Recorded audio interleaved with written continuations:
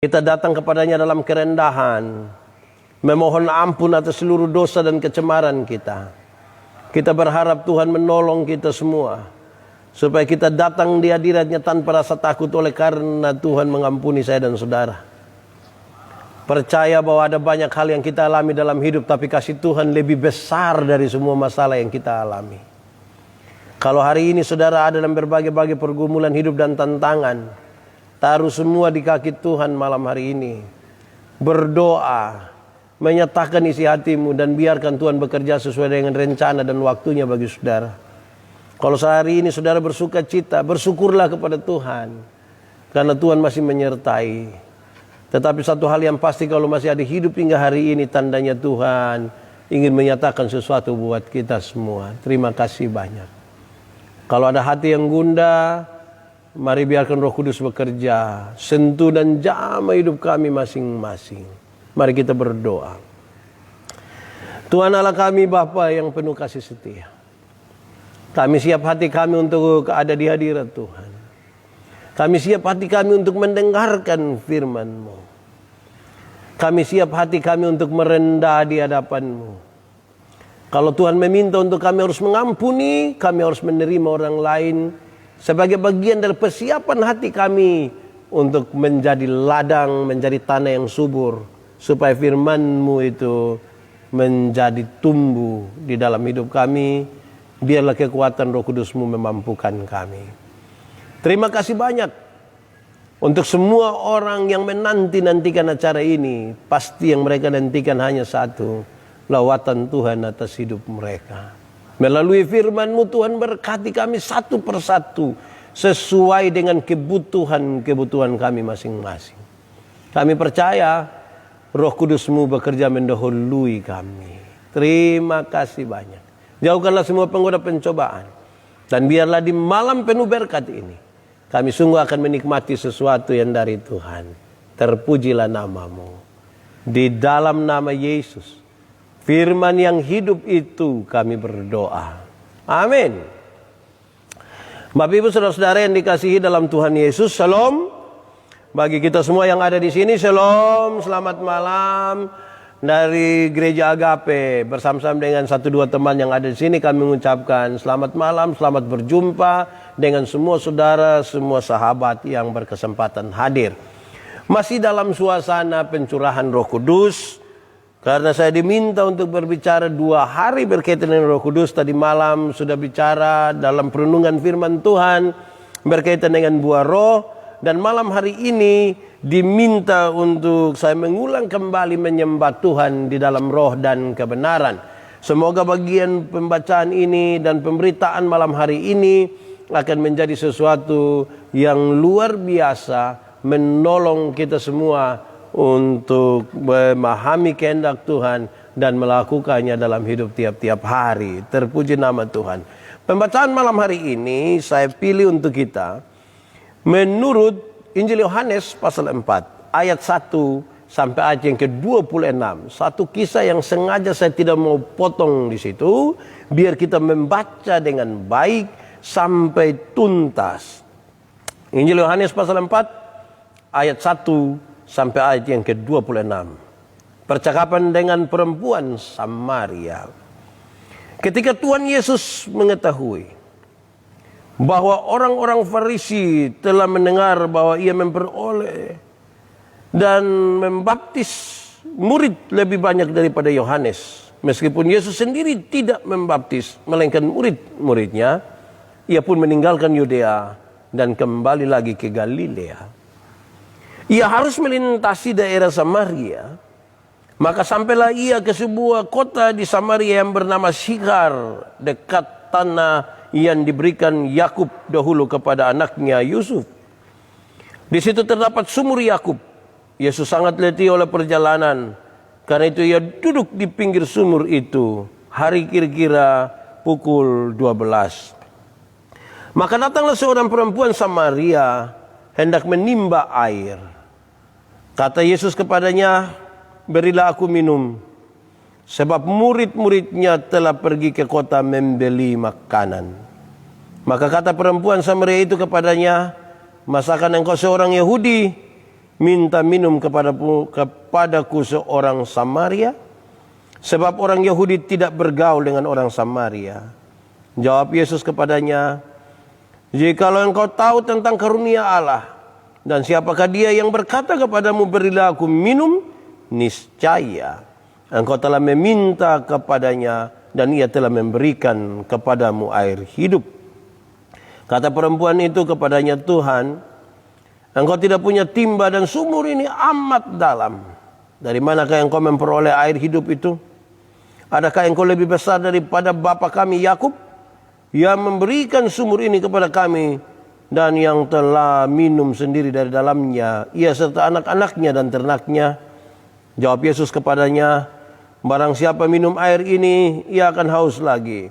Tetapi barang siapa minum air yang akan kuberikan kepadanya, ia tidak akan haus untuk selama-lamanya. Sebaliknya, air yang akan kuberikan kepadanya akan menjadi mata air di dalam dirinya, yang terus-menerus memancar sampai kepada hidup yang kekal. Kata perempuan itu kepadanya, Tuhan, berikanlah aku air itu, supaya aku tidak haus dan tidak usah datang lagi ke sini untuk menimba air. Kata Yesus kepadanya, pergilah, panggillah suamimu dan datanglah ke sini. Kata perempuan itu, aku tidak mempunyai suami. Kata Yesus kepadanya, tepat katamu bahwa engkau tidak mempunyai suami.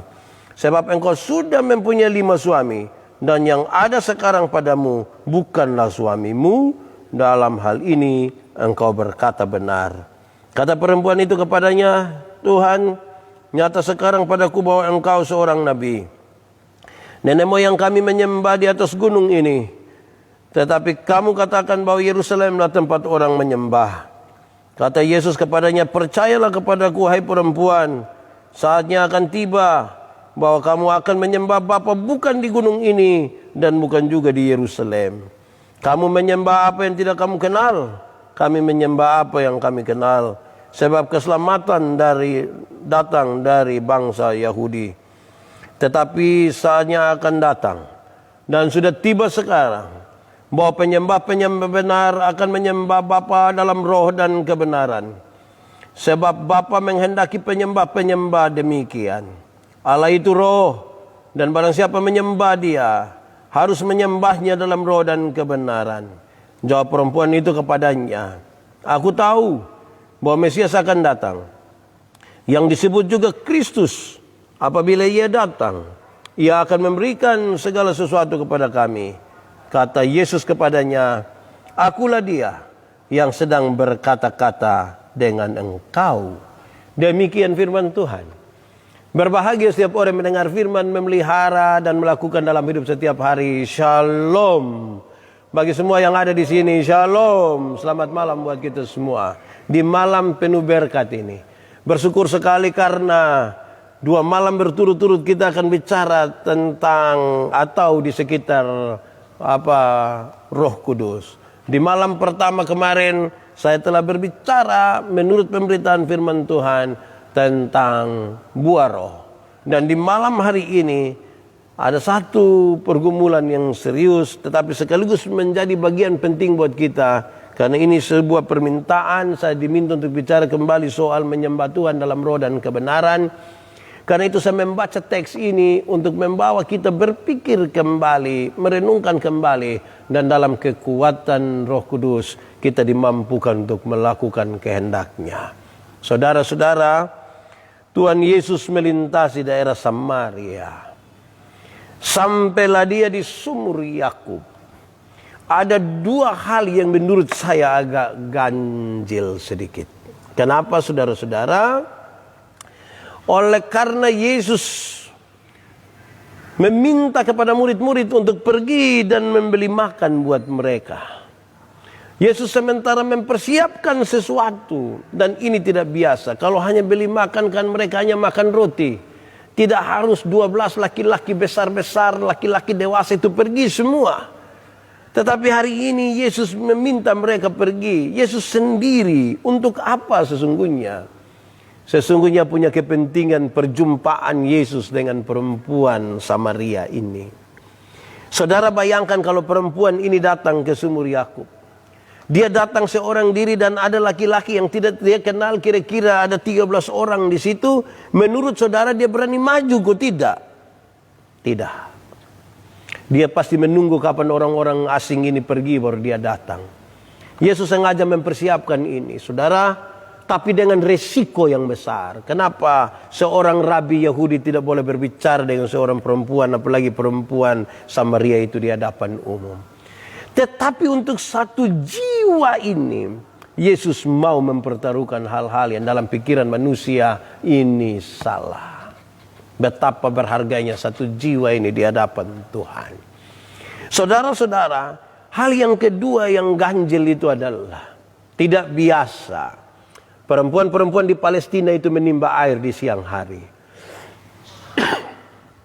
Sebagaimana kita yang ada di timur atau di beberapa daerah di Indonesia, perempuan-perempuan itu atau rata-rata orang baik laki-laki atau perempuan menimba air pada waktu pagi, pada waktu petang. Mereka biasa jalan bersama-sama ke mata air. Di kampung-kampung masih ada hingga hari ini. Mereka biasa jalan bersama-sama. Mereka bercerita, mereka menimba air, mereka pulang bersama-sama. Lalu ada apa dengan perempuan ini sampai hari itu dia pergi sendiri ke sana? Jawabannya sesungguhnya ringan. Karena perempuan ini punya masalah. Karena perempuan ini punya masalah, kemungkinan besar dia tertolak dari banyak perempuan. Kenapa dia tertolak dari banyak perempuan di kampung itu? Pasti karena ada yang omong dia. Perempuan ini sudah menikah 5 kali. Bahkan laki-laki terakhir yang tinggal di dia ini laki-laki ke-6. Itu tanpa status. Siapa mau bergaul dengan perempuan begini? Perempuan ini telah mendapat sebuah sanksi sosial yang sangat kuat. Orang-orang menjauhi dia. Dan karena itu lebih aman kalau dia pergi di siang kira-kira jam 12 itu. Siapa mau bergaul dengan dia? Tidak mau. Pasti kalau ada orang pi bergaul dengan dia, teman-teman ibu-ibu yang ada di situ pakai bahasa Kupang akan bilang begini, lu pi, sedikit lagi lupu suami diangkat bawah itu, pi, woi siapa berani bergaul? Lu tidak berani. Akhirnya perempuan ini jalan sendiri. Dia terhakimi, dia menjadi jauh dari teman-teman, dari saudara-saudara perempuannya yang lain. Yesus memulai ini. Saudara lihat inisiatif yang luar biasa dari Yesus. Yesus membuka percakapan. Yesus mulai berbicara. Pembicaraan ini menarik saudara. Karena Yesus meminta supaya dia memberikan kepada Yesus minum. Percakapan Yesus ini saya ingin melihat bahwa Yesus mau membangun sebuah persahabatan dulu dan komunikasi yang baik. Yesus tidak memulai dengan menghakimi perempuan ini. Yesus memulainya dengan membangun sebuah jembatan persahabatan melalui komunikasi. Ibu, berikanlah kepada aku air untuk aku minum. Rupa-rupanya permintaan ini cukup mengagetkan perempuan ini. Dia bilang, masakan engkau orang Yahudi meminta kepada saya orang Samaria? Karena orang Yahudi dan orang Samaria sekalipun mereka latar belakang keluarganya satu, tapi mereka kacau balau. Saudara-saudara ini serius. Setelah Salomo mati, mereka akan bertengkar. Siapa yang akan menggantikan Salomo? Rupa-rupanya ini kemudian membuat kerajaan ini pecah menjadi 2. Terjadi perang saudara. Mereka bertengkar dan pecah itu hanya karena persoalan politik. Politik yang akan menghasilkan siapa pemimpin itu membuat mereka bersaudara ini hancur. Mereka tidak mau saling kenal satu dengan lain padahal sama-sama mereka keturunan Yakub. Mereka bertengkar cukup lama. Sampai Yesus datang itu mereka baru saja bertengkar kira-kira 700 tahun. Saudara bisa bayangkan lamanya satu dua saudara bertengkar. Saya menjadi ingat orang-orang tua di kampung itu.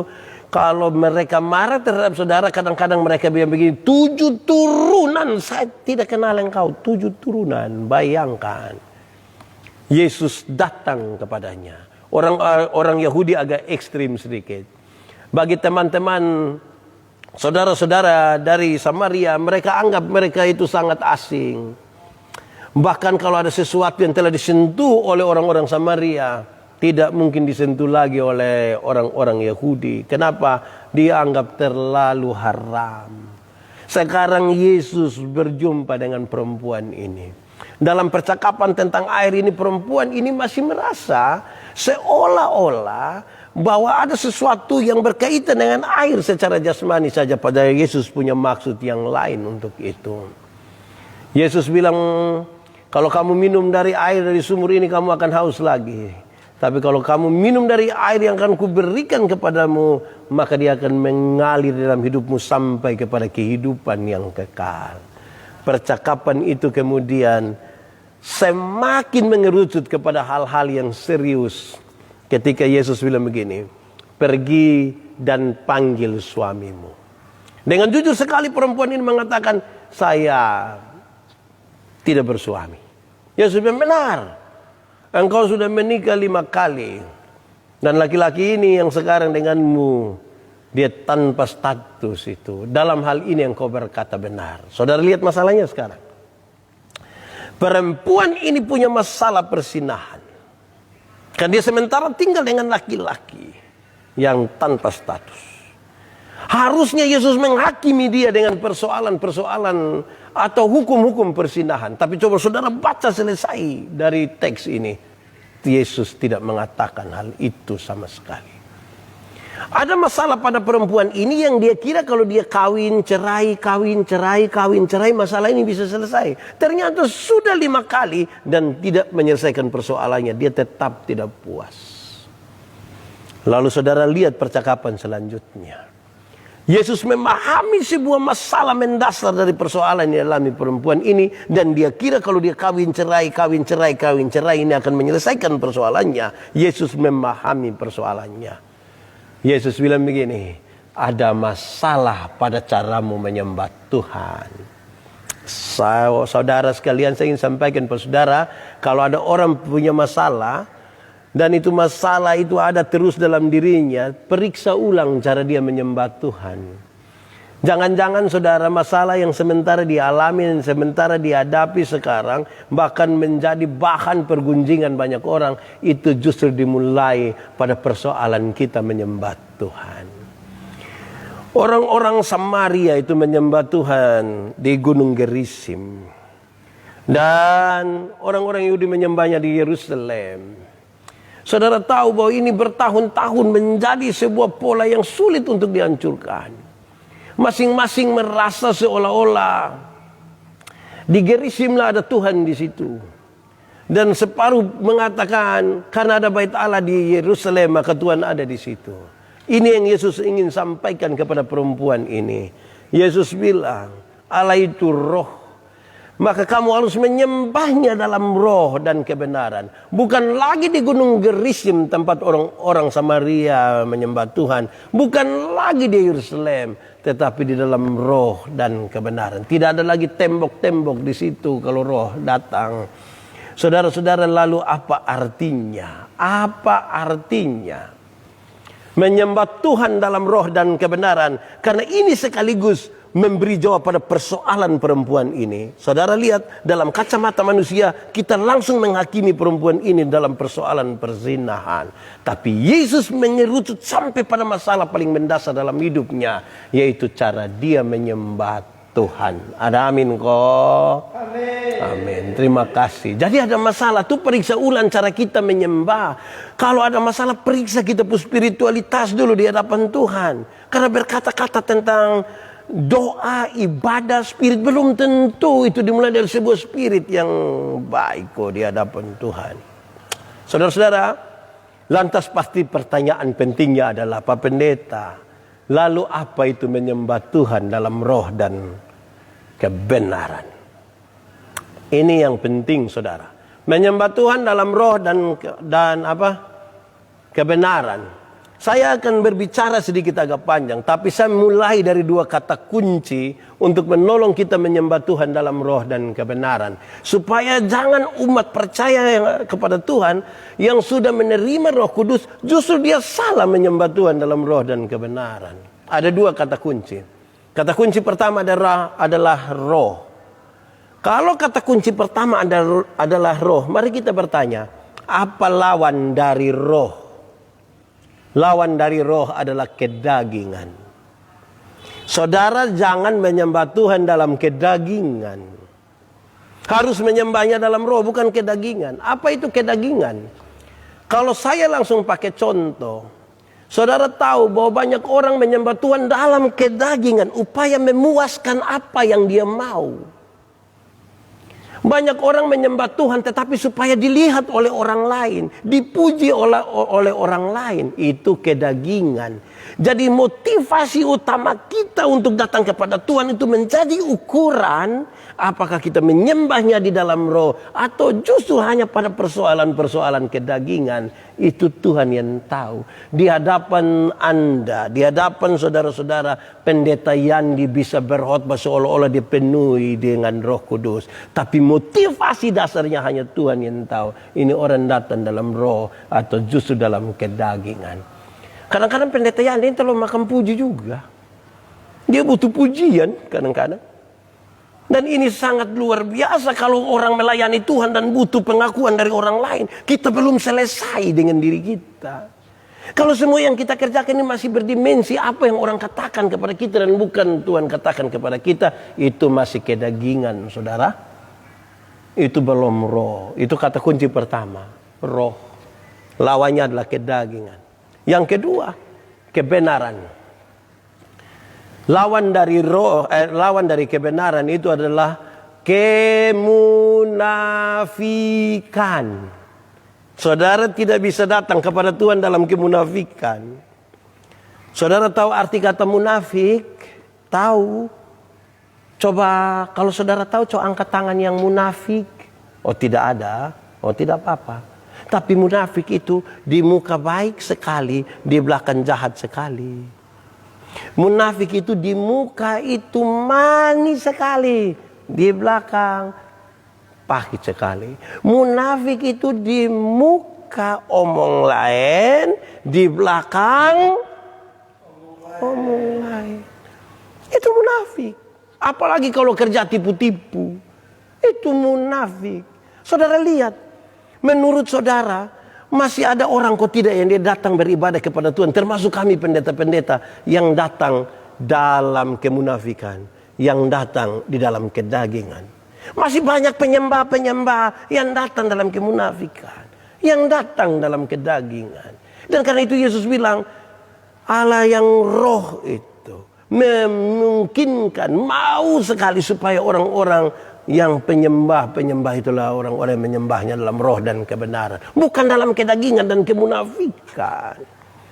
Mari kita bisa ukur, kita bisa periksa tanpa menunjuk kepada orang lain. Mari kita periksa, kita menyembahnya dalam roh atau justru dalam kedagingan, kita menyembahnya dalam kebenaran atau justru kemunafikan. Itu dua kata kunci pertama.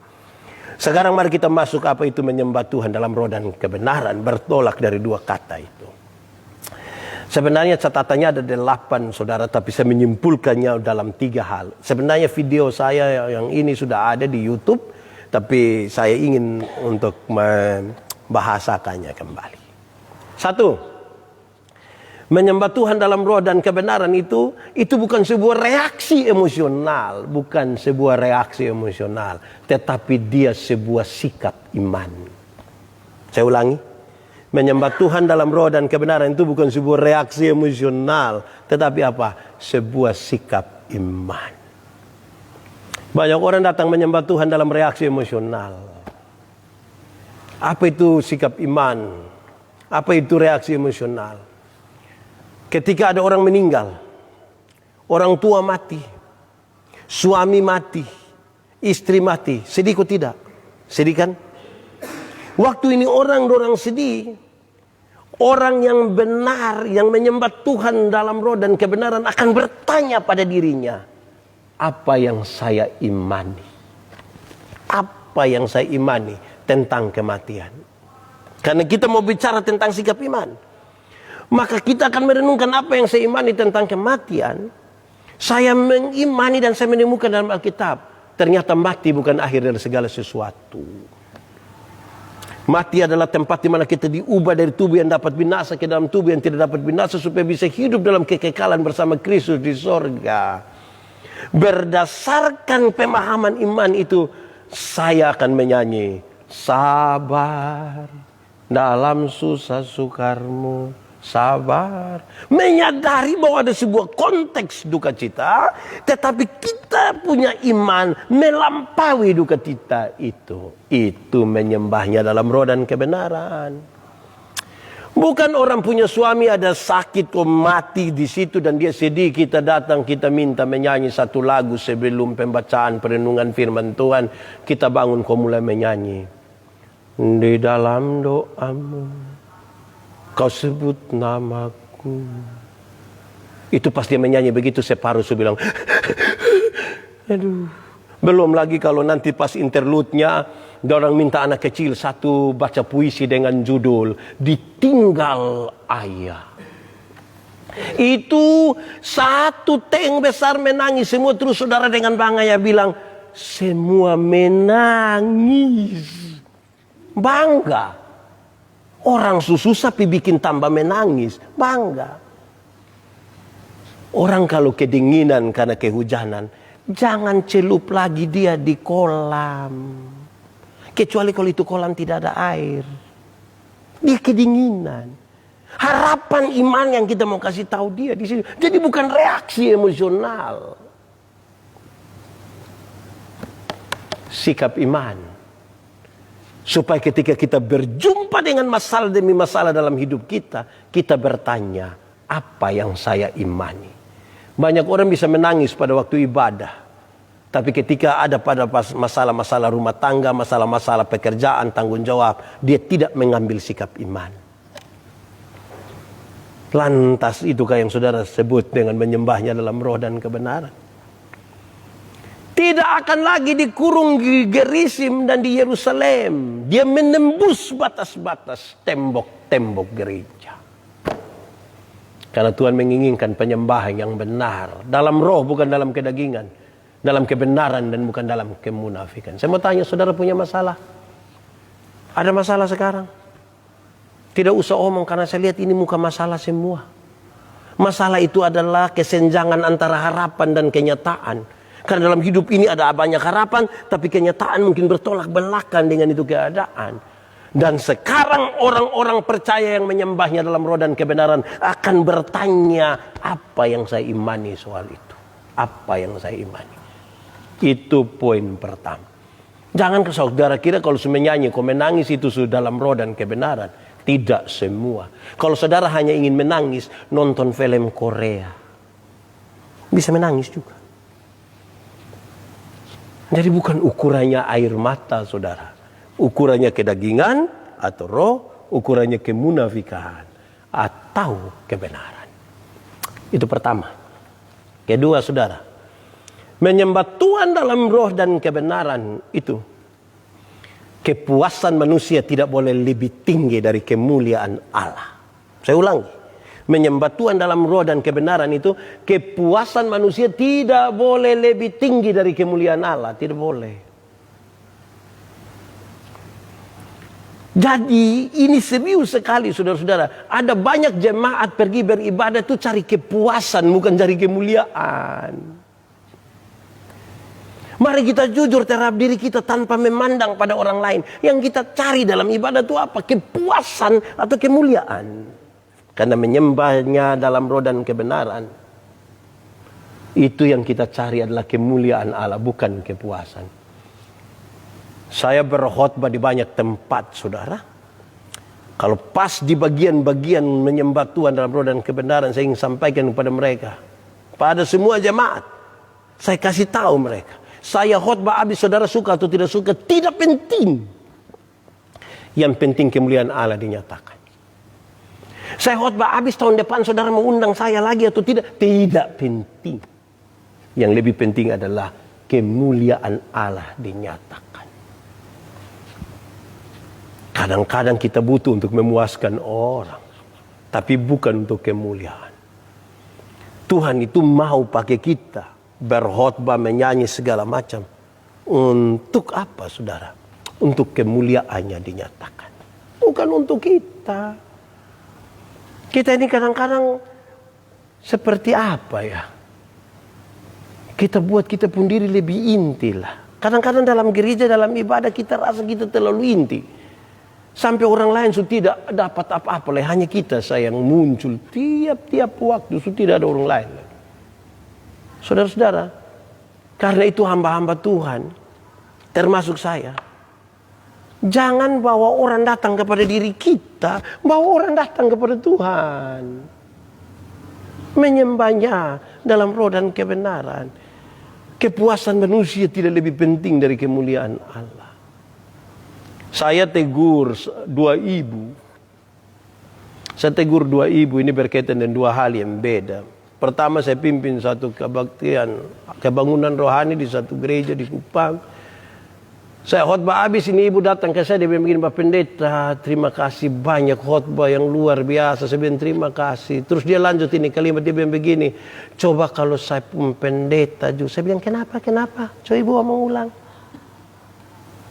Ibu ini baru ketemu saya satu hari ini. Yang ini khotbah juga saya sudah bawa keliling-keliling. Ini baru datang di sini. Ketemu saya satu hari, ibu bilang saya sudah terlalu hebat. Sementara ibu pun pendeta yang tiap hari melayani ibu. Tiap hari ini. Ibu pun kebutuhan pelayanan dia siapkan. Yang ibu belum bangun tidur dia sudah doakan untuk ibu. Ibu mungkin doa makan tidak pernah. Tapi ini pendeta waktu doa makan dia berdoa bagi jemaatnya. Jemaat Tuhan yang dilayaninya. Ibu lantas bilang dia tidak ada apa-apanya. Sebenarnya yang bermasalah siapa? Dia bilang aduh Pak Pendeta minta maaf. Saya pun maksud apa? Kok saya dengar langsung ibu bilang. Yang kedua saudara, ada satu waktu di malam kunci tahun. Saya berkhotbah di satu tempat, pas selesai khotbah ada ibu satu bilang begini, Pak Pendeta terima kasih banyak Pak Pendeta. Berkhotbah dengan luar biasa. Kami rencana, kami akan undang lagi Pak Pendeta. Saya bilang oke siap, tapi tolong informasikan jauh-jauh hari biar saya atur waktu, kan saya sedikit sibuk. Terus dia bilang begini, iya Pak Pendeta pasti kami undang. Biar kami bisa ketawa-ketawa. Saya bilang apa-apa ibu, coba mau ulang. Kalau ibu mau ketawa jangan undang saya, kan saya pendeta. Ibu undang Sule. Dia bisa kasih ketawa ibu. Saya boleh menggumuli ini khotbah setengah mati. Ini berdoa menyiapkan diri sebagai seluruh. Mau ibu hanya mau datang katawa-katawa. Aduh Pak Pendeta minta maaf saya pun maksud. Maksud apa? Kok saya dengar langsung? Saudara-saudara, mari kita menyembahnya dalam roh dan kebenaran. Kepuasan manusia tidak boleh lebih tinggi dari kemuliaan Allah. Kadang-kadang saudara-saudara, ada sejumlah orang yang dia bikin acara minta saya berkhotbah, dia titip memang dia pun pesan. Bapak ini kebetulan yang akan hadir ini manusia di sebelah dong ini Bapak. Bapak omong ame sendong ini. Saya berkhotbah kok mau kasih yang Tuhan pun kok titipan pesan. Jangan-jangan saya hanya dipakai untuk kasih tahu orang pun kesalahan berdasarkan saudara pun mau. Saya bukan orang begitu. Saya hamba Tuhan. Saya harus menyampaikan. Ketika Tuhan mau saya mengatakan sesuatu, bukan sekedar menyebut kesalahan, tetapi memberi jalan keluar. Memberi jalan keluar. Masa Tuhan hanya bilang salah tanpa memberi jalan? Semua orang pun tidak mau dalam kesalahan, tapi bagaimana dia mau keluar dari itu? Pemberitaan, memberi jalan. Kadang-kadang jalan-jalan itu tidak disukai, tapi itu yang harus disampaikan. Saudara-saudara, coba bagi orang yang misalnya dia ini tukang judi, terus saudara tegur dia tentang judi, dia marah kok tidak? Dia setuju kok tidak? Tidak, kan tidak penting. Yang penting kemuliaan Allah dinyatakan. Begitu. Amin kok. Amin. Kau rekawan di sebelah kau kasih tahu amin dulu. Amin. Mantap. Ketiga saudara, kok jadinya saya serius sekali malam. Tidak apa-apa. Ini kan anak-anak dong kurang banyak, jadi saya betul-betul mau bohong dengan saudara. Yang ketiga saudara-saudara, menyembah Tuhan dalam roh dan kebenaran. Ini masih punya kaitan dengan yang kedua. Kalau yang pertama, coba omong ulang tadi yang pertama. Yang pertama, menyembah Tuhan dalam roh dan kebenaran bukan reaksi emosional, tetapi sebuah sikap iman. Yang kedua, menyembah Tuhan dalam roh dan kebenaran, kepuasan manusia tidak boleh lebih tinggi dari kemuliaan Allah. Ini yang ketiga, masih dalam kaitan dengan yang kedua. Menyembah Tuhan dalam roh dan kebenaran itu Tuhan menjadi satu-satunya pusat. Satu-satunya pusat.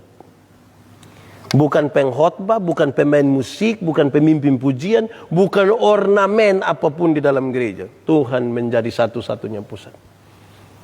Kalau kita mau coba ganti Tuhan, itu kita tidak menyembahnya dalam roh dan kebenaran.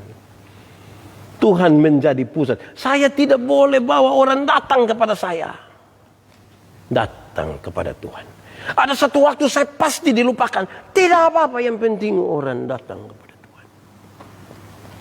Kadang-kadang baik juga saudara-saudara kita melekat terhadap seorang hamba Tuhan tertentu. Kami di gereja kami itu saudara-saudara, kalau mereka suka dong pun pendeta itu, dong sayang mati. Itu kalau ada surat dari majelis sinode bilang, ini orang mau mutasi itu dong marah. Dong datang di kantor sinode yang kasih tahu bilang, bapak mama dong, jangan kas pindah dulu kan pun pendeta. Jangan. Kenapa? Kami sementara membangun ini. Oh, bab tua kepala tukang. Jadi kalau dia pindah ini pembangunan tidak jadi. Nah, bahwa nanti kita suka dia itu soal lain. Tapi jangan sampai kemudian dia sudah lebih besar dari Tuhan Allah. Tapi ini juga tidak bermaksud supaya yang pendeta don juga kepala besar, kapal batu, pakai kekuasaan untuk seenak-enaknya bagi kepentingan diri sendiri. Tidak begitu. Tuhan menjadi satu-satunya pusat. Mari kita renungkan saudara, tidak usah urus orang lain, tidak usah pikir orang lain. Apakah memang kita ada dalam ibadah-ibadah itu Tuhan menjadi pusat? Woi, saudara-saudara tahu bahwa di gereja itu kadang-kadang pakaian yang jadi pusat. Apalagi kalau pusat yang jadi pusat. Woi, aneh juga. Saudara-saudara, Tuhan menjadi pusat penyembahan. Saudara boleh ada ornamen ini itu silakan, tapi jangan sampai Tuhan yang menjadi pusat. Ini geser sedikit. Saya ingat saudara-saudara dulu ketika saya awal ada di Kupang, saudara-saudara saya diundang cukup banyak di seluruh Indonesia. Saya pergi, saya berkhotbah, saudara tahu, menarik sekali. Saya suka kalau dari satu bandara ke bandara yang lain atau dari satu gereja ke gereja yang lain, saya suka bikin status itu yang check in di mana begitu itu. Itu orang Pulai pun banyak, luar biasa. Pendeta Yandi di Jakarta, di mana-mana tulis begitu. Satu saat saya renungkan, sebenarnya siapakah yang saya beritakan ini? Saya beritakan siapa ini? Saya beritakan tentang Tuhan atau saya beritakan tentang saya sendiri? Saya ingat seorang sahabat pendeta saya. Izin untuk saya sebutkan nama pendeta ini. Tidak apa-apa. Kalau ibu dengar tidak apa-apa. Saya izin karena saya beberapa kali sudah ucapkan. Ibu pendeta Salean Sola. Ibu siapa le Om Je? Ibu Aleda Salean Sola. Satu saat saya pimpin ibadah di jemaat tempat beliau melayani. Kami makan-makan terus ibu pendeta bilang saya begini, Om Yandi, saya setiga kali waktu itu tahun 2015 2016 saya sudah 3 kali ke Israel. Sampai di Israel itu setiap kali dong kasih tunjuk ini kubur Yesus, saya foto di situ. Ini Getsemani, saya foto di situ. Waktu pulang jamaat biar mama supulan cerita sedikit dulu. Setiap kali saya bercerita kan saya suka buka ini foto. Setiap kali buka foto-foto di kubur Yesus juga saya ada, di Getsemani juga saya ada. Saya jadi perasaan. Saya masih menggila dengan pendeta biar mama. Jangan sampai waktu di Getsemani itu bukan Tuhan Yesus yang kena tangkap, mama yang kena tangkap yang sampai. Lantas beliau bilang begini. Mulai itu saya pergi berikutnya sampai hari ini. Saya tidak taruh oleh saya muka. Yang untuk saya ada di situ saya simpan di saya punya file pribadi. Kalau ada kebutuhan itu saya coba buka-buka. Saudara bisa tangkap sesuatu. Jangan-jangan bahasa kita itu membawa orang hanya kepada kita. Kita mau menyampaikan, kita kampanye tentang diri kita lebih besar daripada Tuhan. Itu dia masalah. Saudara pernah ketemu pendeta yang begitu? Yang mau kasih tunjuk dia pun diri lebih besar dari Tuhan. Siapa kita, saudara? Kita tidak menyembah dalam roh dan kebenaran. Kalau saudara pernah ketemu begitu, tidak semara dia berdoa ke dia toh supaya roh bekerja toh. Roh bekerja terlalu besar untuk menyatakan kebesaran manusia atau kebesaran Tuhan. Ya kebesaran Tuhan.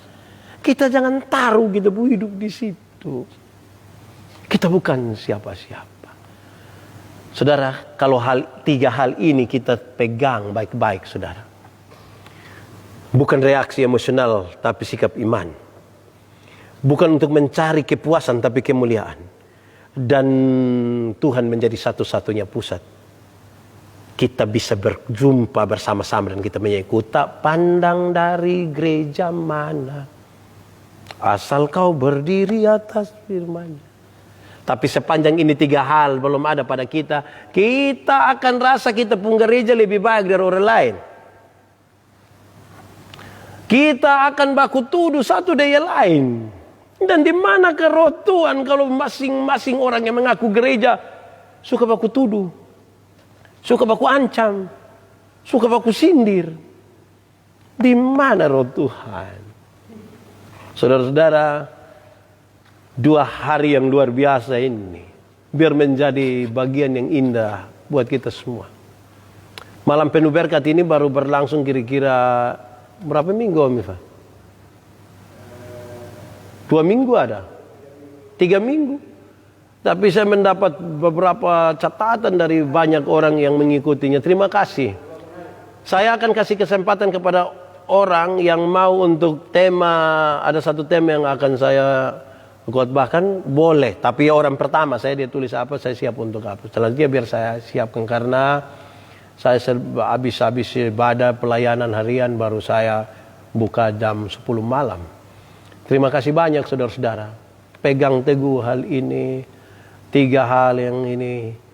Tentang menyembah Tuhan dalam roh dan kebenaran. Dan biarlah itu menjadi bagian kita tiap-tiap hari. Saudara tahu, ini dimulai dari percakapan seorang perempuan yang tidak dapat menyelesaikan masalah di dalam kekosongan batinnya.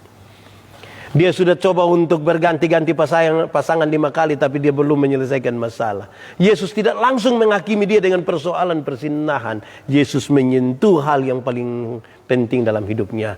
Bagaimana caramu menyembah. Malam hari ini demi nama Tuhan saya mau kasih tahu. Kalau saudara ada masalah, periksa dulu relasimu dengan Tuhan dalam penyembahan. Di situ jalan keluar, di situ jawabannya. Terima kasih banyak untuk saudara-saudara semua di malam penuh berkat ini. Tuhan memberkati kita. Mari kita tunduk kepala di hadapan Tuhan. Kita angkat hati kita pada Tuhan. Kalau saudara tersentuh, kalau saudara tahu bahwa Tuhan menjadi segalanya bagi saudara, nyatakan sesuatu kepada Tuhan. Jujur. Manusia mungkin kita tipu, tapi Tuhan tidak bisa kita tipu. Dia menyelidiki batin dan dia tahu siapa kita. Ya Tuhan Allah, terima kasih. Malam penuh berkat ini, 2 malam ini kami bicara di sekitar firman Tuhan tentang roh. Dan malam hari ini di saat kami berbicara dalam pesan firman tentang menyembahnya dalam roh dan kebenaran, kami diajarkan sesuatu. Roh Kudus yang akan mengajarkan lebih lagi dan memampukan kami melakukannya. Supaya kami tahu benar bahwa mestinya dalam penyembahan itu Tuhan menjadi pusat. Kami tidak mencari kepuasan diri. Kami juga bukan sekedar bereaksi emosional. Terima kasih banyak. Kami akan istirahat malam hari ini. Kami mohon Tuhan menyertai kami. Masing-masing kami bergumul dengan kesehatan, pekerjaan, cinta, dan berbagai-bagai hal lain. Kami mohon Tuhan tidak melepaskan kami sendiri. Semua yang mengikuti ibadah ini di seluruh Indonesia dan berbagai negara di dunia, Tuhan memberkati mereka. Engkau menembus segala ruang dan waktu. Terpujilah namamu. Di dalam nama Yesus kami berdoa. Amin. Bapak Ibu Saudara-saudara, terima kasih banyak untuk malam penuh berkat. Saudara-saudara telah memang mengambil bagian di dalamnya. Mohon maaf malam hari ini sepertinya saya tegang sekali. Tapi tidak apa-apa, ini bagian